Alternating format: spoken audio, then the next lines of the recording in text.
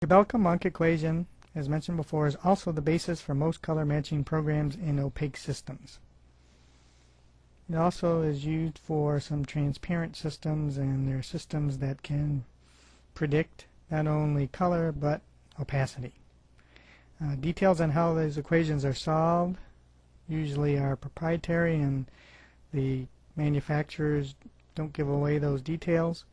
What happens is thousands of equations are solved at one time in the computer software.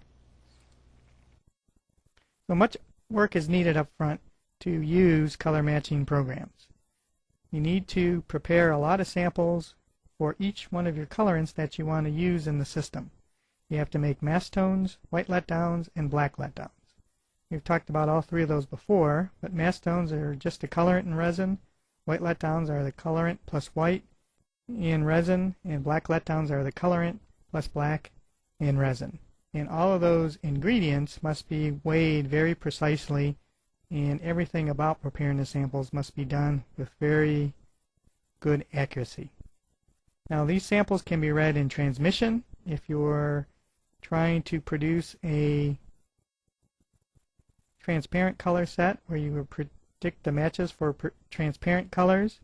Can be read in reflectance if you're mostly interested in opaque samples, or you can read them in both transmission and reflectance, and you can get not only a prediction of color but opacity. Sometimes those are read over a white background and a black background to get the transparency. The computer then calculates K and S values from the sample, does some other calculations to adjust things based on those proprietary algorithms that are in those software to come up with formulas that you can actually make up. So the most important component of a matching system is the colorant database. The database contains the absorption and scattering properties and the relationship between theoretical and effective concentrations of each colorant. The software uses your database that you prepare to model your system, your colorants, and your materials to make an accurate matching system. A couple definitions. We have theoretical and effective concentration. Theoretical concentration is the concentration measured by the user, such as the concentration of pigment in a plastic. This is equivalent to what we call user controls of a generic color model system. Then there's the effective concentration, which is the concentration determined from the colorant measurements of a colored material. This is equivalent to the scalars of the generic color model. So the theoretical concentration is what we actually measure. The effective concentration is what is determined by the software on how that it actually produces colors. For plastics, in addition to the properties for the colorants, the absorption and scattering properties for the resin being colored is also stored. Different types of resins have different properties that affect how it reacts to colorants. That's why if you have a recipe for a given resin, that same recipe may not look the same in another resin. So this data then enables the prediction of spectral reflectance and in turn colorimetric values for a recipe.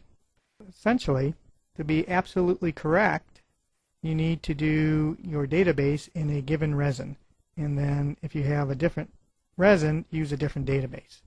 The more recent software packages have made it simpler in that you make your database in a single resin, and then you can actually use other resins, read in just the base resin by itself, and it can make corrections for those different resins, as long as they're not a lot different or wildly different. Sometimes it does a good job with these, sometimes not so good. If we think about what we're doing with the database is equivalent to a experienced colorant's experience in using the colorants by themselves and in mixtures. So we're basically replacing the experience of the color matcher with a mathematical model. Because the database is the key component of any matching system, it is extremely important to maximize the quality of the data creation process.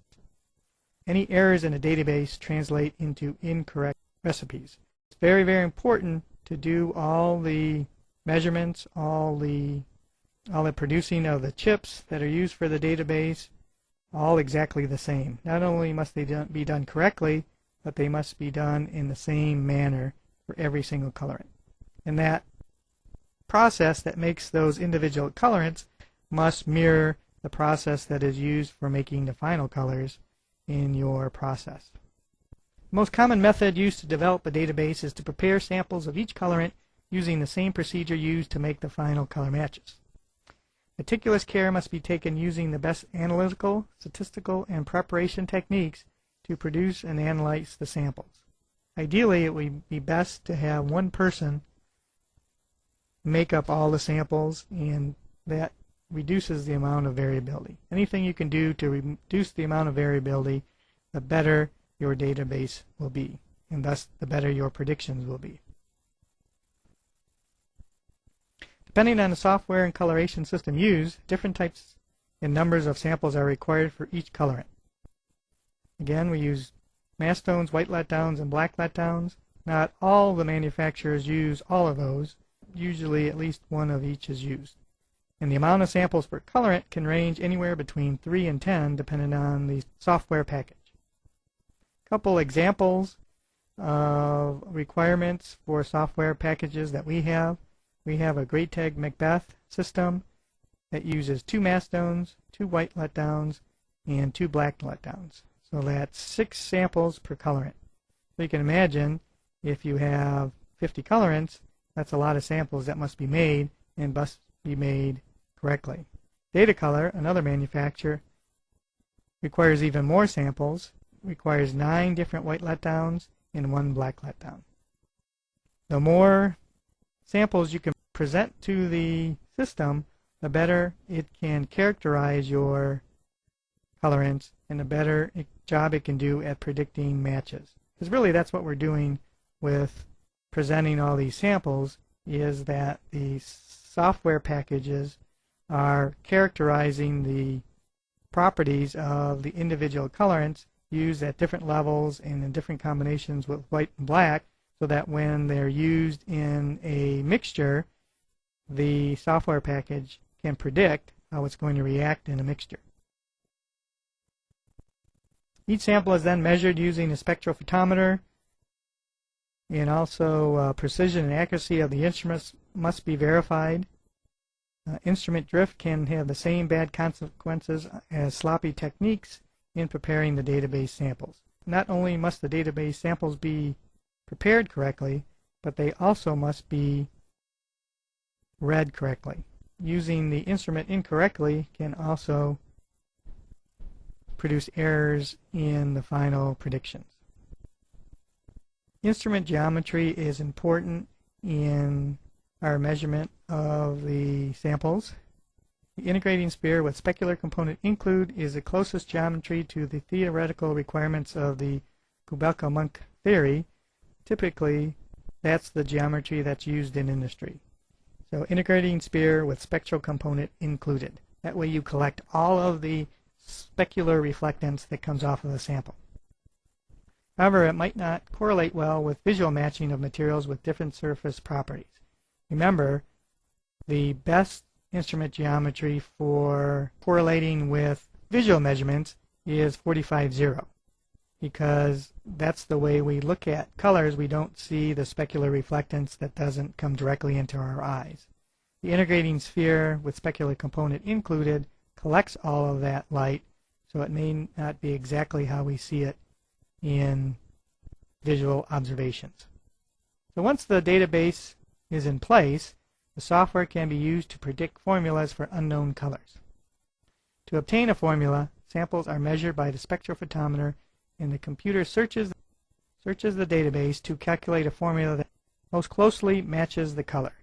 And you can tell it if you want it to have the matches ranked by metamerism, least amount of metamerism, by closest match for a given wavelength, closest match for a given light source, or you can even do it by cost. You can put in properties of the colorants, including cost, so that it can rate the color matches that you make by cost. And also you can label your colorants for things like high heat stability or good light fastness or good weathering properties, FDA approval, things like that, so that when you make your match, you can only include the colorants that can be used in the particular resin and in the particular application that you're making the colorant for. Traditional systems relied on opaque or completely transparent samples for reflectance or transmission readings and then provided a color match. Newer systems now can also predict colorants for translucent samples. So this newer technology allows for opaque, translucent, or transparent samples for both reflectance and transmittance measurements. A spectral match is made. We're really matching the curve versus the colorimetric data. We use a spectral match that does a much better job than if we just use, say, colorimetric data or LAB data. The advantage is that as it has the ability to match both color and opacity. The color matching programs, software, are getting much better than they used to be, and they do a good job at matching. So the previous discussions, along with readings in the text, show that there is a great deal of precise and careful upfront work that must be performed before the color match prediction program can be useful.